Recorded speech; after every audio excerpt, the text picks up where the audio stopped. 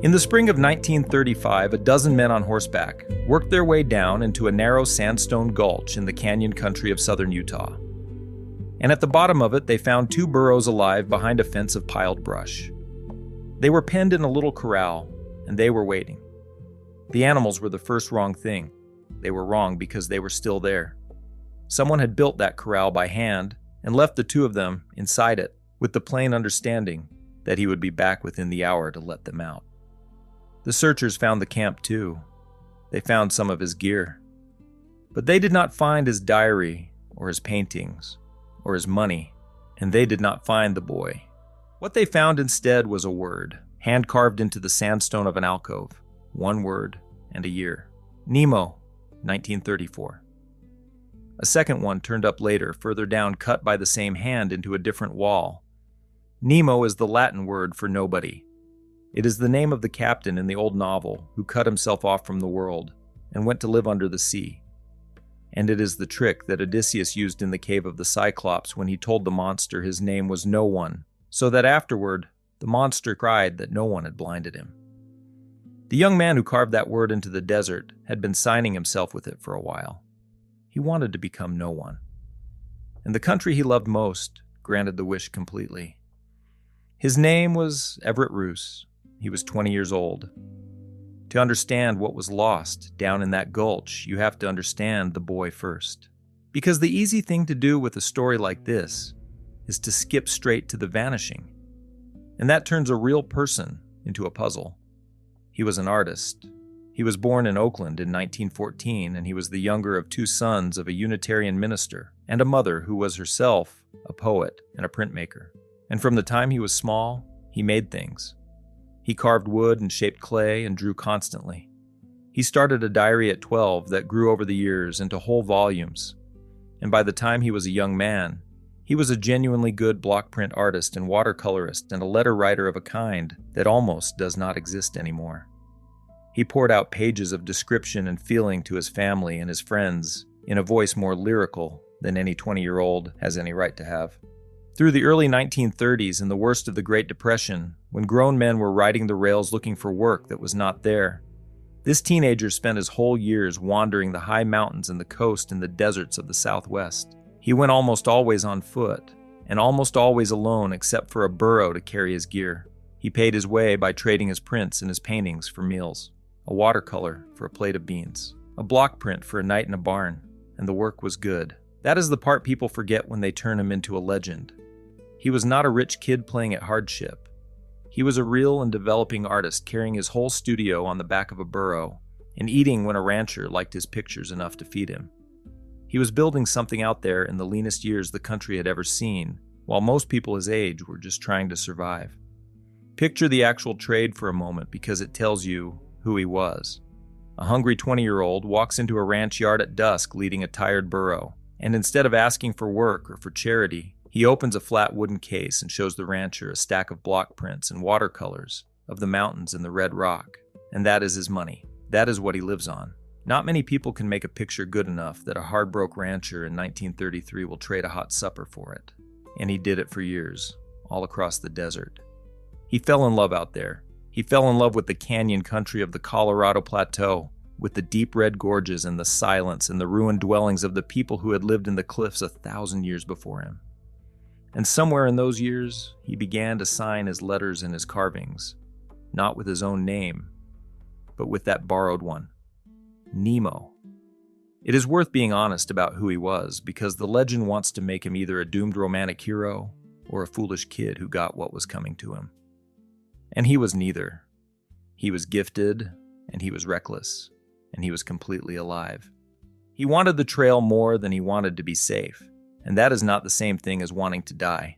He had a philosophy about it too, as much as a 20-year-old has a philosophy, and it ran through everything he wrote. He believed that beauty was the whole point of being alive, that a sunset burning along the red rock or a night out under the sky was worth more than comfort or safety or a roof.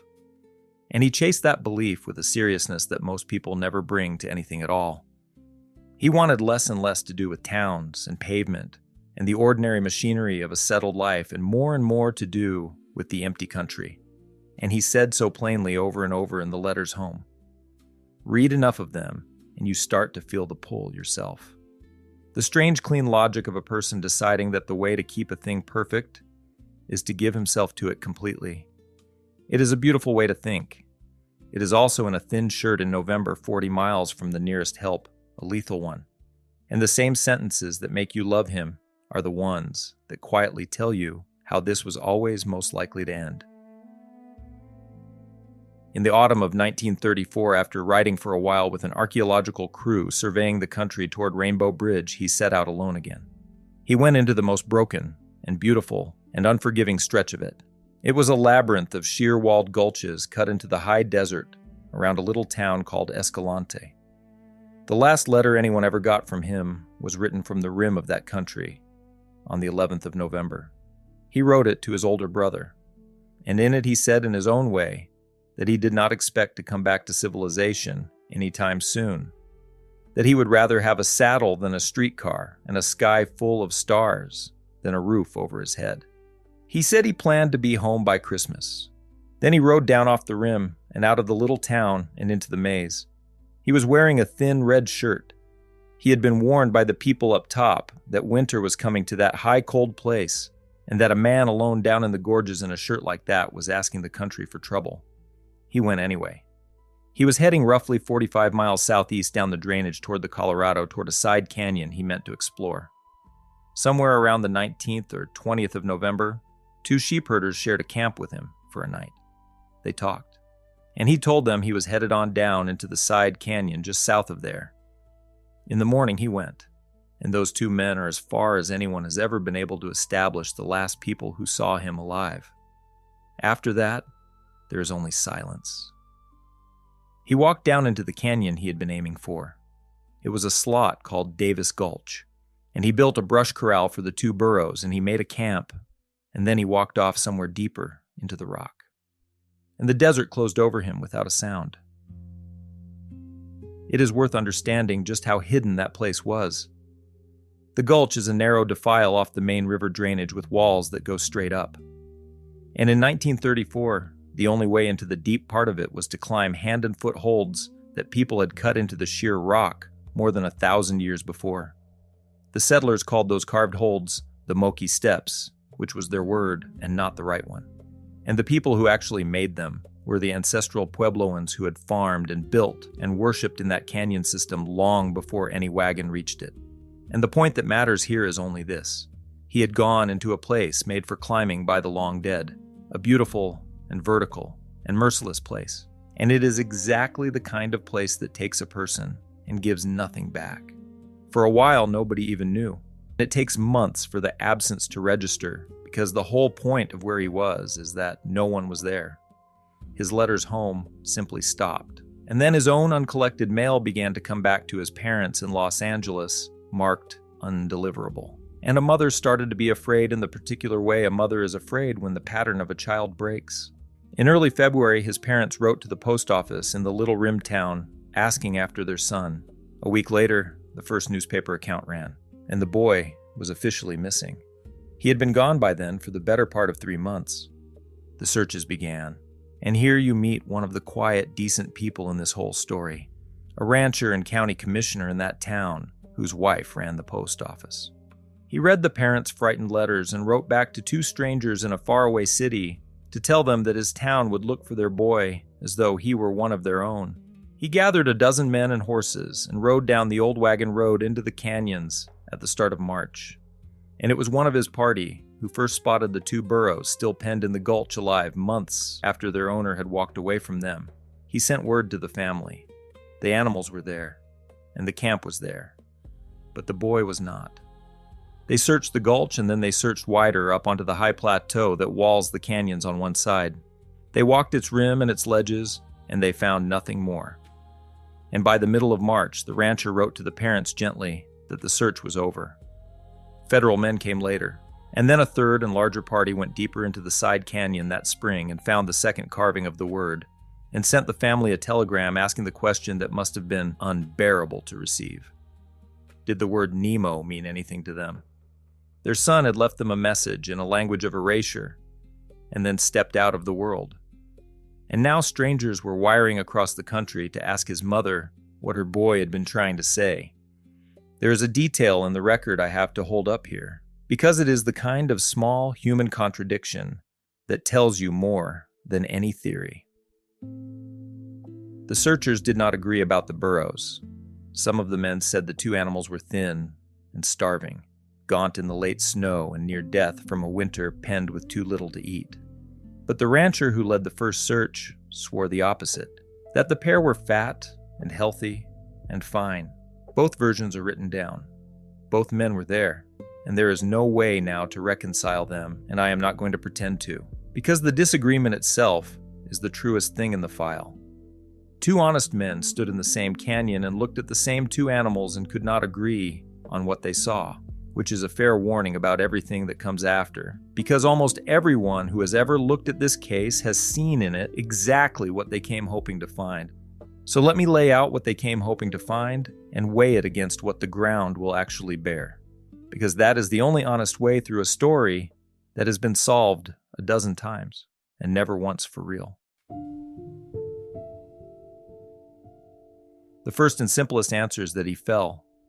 He loved to climb up into the old dwellings, and reaching them meant going up those ancient holds and along exposed cliff routes. And a single slip in that country kills you, and the canyon hides the body without effort. In the 1970s, a tourist poking around for ruins reported finding human bones wedged into a crack in the rock, with what looked like a broken hip and a broken collarbone. They were the kind of injuries a long fall leaves. It is the explanation the terrain most invites, and the one that asks the least of you to believe. What is against it is only that no body and no gear were ever conclusively named as his, though a canyon like that could swallow both and never give them back. And that is the whole problem with the fall in a place like this. It is almost certainly what happened, and it is almost impossible to prove. A body in that terrain does not lie out in the open to be found. It goes into a crack or under a rock fall or down a pour-off into the flood-scoured bottom of a slot, and then the seasons work on it. So the simplest and likeliest answer is also the one the country is best designed to hide, which is exactly the kind of answer that never satisfies anyone and never closes a case. The second answer is that he drowned, that he tried to cross the big river at the bottom of the country, maybe on thin winter ice, and went under.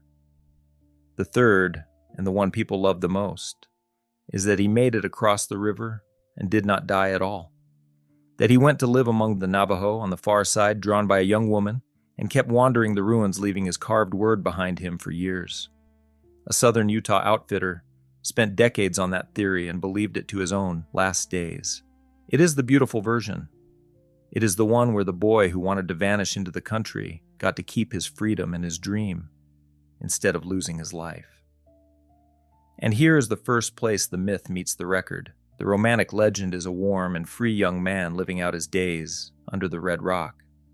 The record is a kid alone in a killing landscape, in November, in a shirt as thin as paper, who was warned about the cold and walked into it anyway. And the plain arithmetic of that is not a new life. It is exposure, and a fall, and a canyon. I understand why people reach for the warmer story, and I do not entirely blame them for it. It is close to unbearable to picture a boy that gifted and that alive going down in the cold at 20 with his diaries and his paintings scattered somewhere no one will ever read them. The version where he crossed the river and lived on is the version where the art keeps going, where the letters are still being written somewhere out past the canyons, where the country he loved so much loved him back instead of quietly killing him. And the wanting is human and forgivable. It is simply not evidence. And the honest work here is to hold the warm story and the cold ground up side by side and admit without cruelty and without flinching that the ground is the heavier of the two. This is the thing, the whole case. It hands us a warm legend and a cold record, and it dares us to choose. The fourth answer is darker. His brother believed to the end of his own long life that the boy had been murdered, that two cattle rustlers were camped up on the high plateau above the gulch, and that his brother climbing toward a ruin stumbled onto them and was mistaken for the law and killed before he could explain himself. The brother even sat at the sickbed of one of the suspected men years later and came away convinced.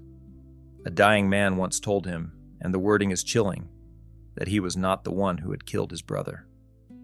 But here the myth meets the record a second time. The killing ground where those rustlers were tied to other deaths is roughly 30 miles from the gulch where the burrows stood penned. That is 30 miles of some of the most broken country on the continent. And for the murder to be true, the boy would have had to walk all that way and leave his two animals fenced and starving behind him. Which is the one thing everything about that careful, hand-built little corral says he did not mean to do. And that is where it stood for 70 years. A boy in a canyon and a carved word. And 4 theories that each explained a part of it, and none of it all. His parents wrote hundreds of letters for the rest of their lives to anyone across the whole Southwest who might have crossed paths with their son. And a long parade of men wrote back with false revelations. Some of them for money and some of them apparently just for the sport of it. Preying on 2 people whose grief had no floor to come to rest on. One biographer described those informants as sociopathic or delusional. Men who surfaced year after year with a new lie and a secret sighting and a deathbed name and a location on a map. Each one reopening the wound for a mother who had no way to tell the cruel invention from the real lead. Because the one thing she needed never came. She had to weigh every letter as if it might be true, and none of them was. And underneath all of it was a question the family could never stop asking. Why the word? Why did a gifted and much-loved boy with parents who adored him and a brother who worshipped him choose to erase his own name and sign himself nobody? Some people read it as a game, a romantic pose borrowed from the novels he loved. Others read it later as something closer to a farewell. The truth is probably that he did not fully know himself. He was 20. He was in love with the idea of vanishing into something larger than a name. And then the desert took the pose literally and made it permanent. In 1957, some camping gear turned up in a canyon 10 miles from where he vanished. A cup and a spoon, and a fork, and a canteen, and a box of razor blades from a Los Angeles drugstore. It was sent to his mother, and she looked at it and doubted it was his. And she was probably right. And the place it was found is under a reservoir now anyway. She died in 1964 without an answer. His father had died 10 years before her. And still the country would not say what it had done with their son. Then, in 2009, science said it had the answer. And this is the 3rd time the myth meets the record. And it is the worst of the 3. Because this time the harm was real, and it fell on other people. A man following an old family story located a grave out on a long ridge of stone called Comb Ridge, many miles from the canyon, near a town on the far side of the river. Researchers from a university came and took DNA from the remains and ran it and announced a match. A national magazine ran the headline that the mystery of the lost boy was solved at last, that the wanderer had been found, that his family could finally rest. For a few months, everyone believed it. And then it came apart in the plainest possible way. The boy had gold fillings in his teeth, and the remains in that grave did not.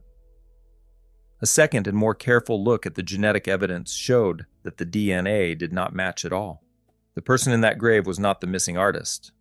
The person in that grave was a Native American.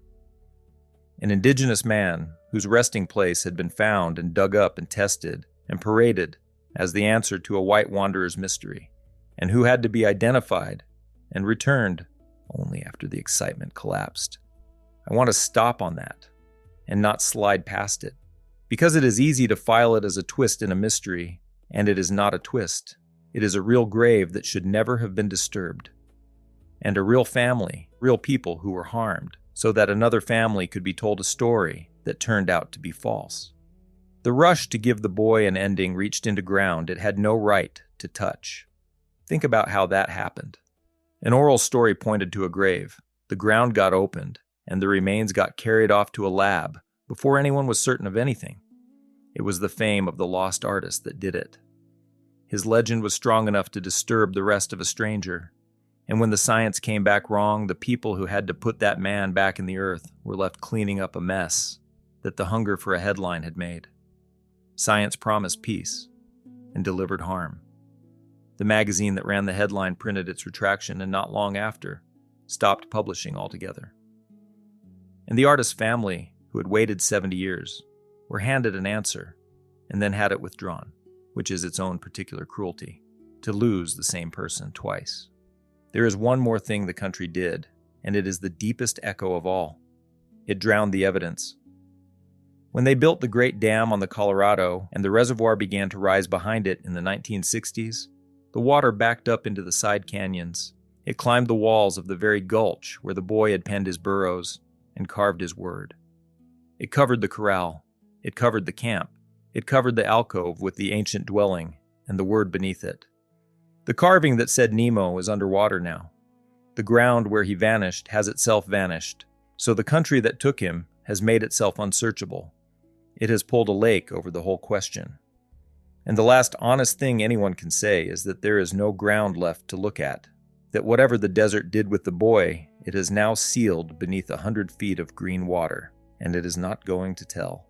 End it where it has to end then, which is not on any solution because there is not one, but on the people who were left holding the silence.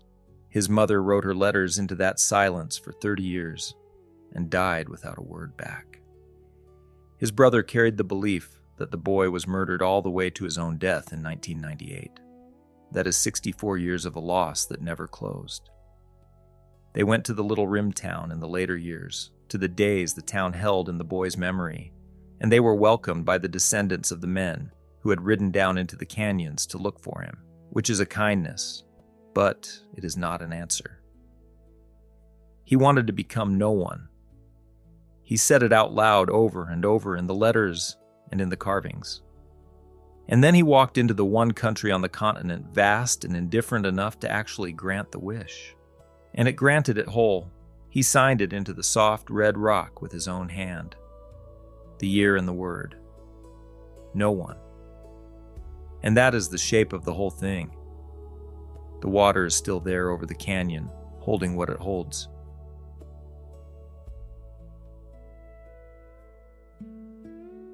That was He Called Himself No One. Written and performed by the author, me, James Cawley. Let me leave you with something. This past 4th of July, I sat with my boys below that great dam, the one that holds the whole river back. And I thought about how somewhere, under all that green water, is the resting place of a young artist who only ever wanted to disappear into this country. I looked at my sons, and I could not begin to hold the pain and the loss and the emptiness his family lived with for the rest of their lives. The only peace I found was a quiet one. He is right where he wanted to be. In the land he loved more than his own name. His bones somewhere in that red rock now, merged with the ancestors of this place. And I think maybe there is a quiet beauty in that. My name is James Cawley, and you're listening to Dust and Echoes. If the slow ones and the sad ones and the stories that never quite let go are the ones you love, then you are in the right place. I tell a new story every single week right here. Before the sun sets over the horizon this evening, do me a favor. Leave a comment and share this episode with someone like us. Until next time, remember this. Some people are not lost. Some are exactly where they always meant to be.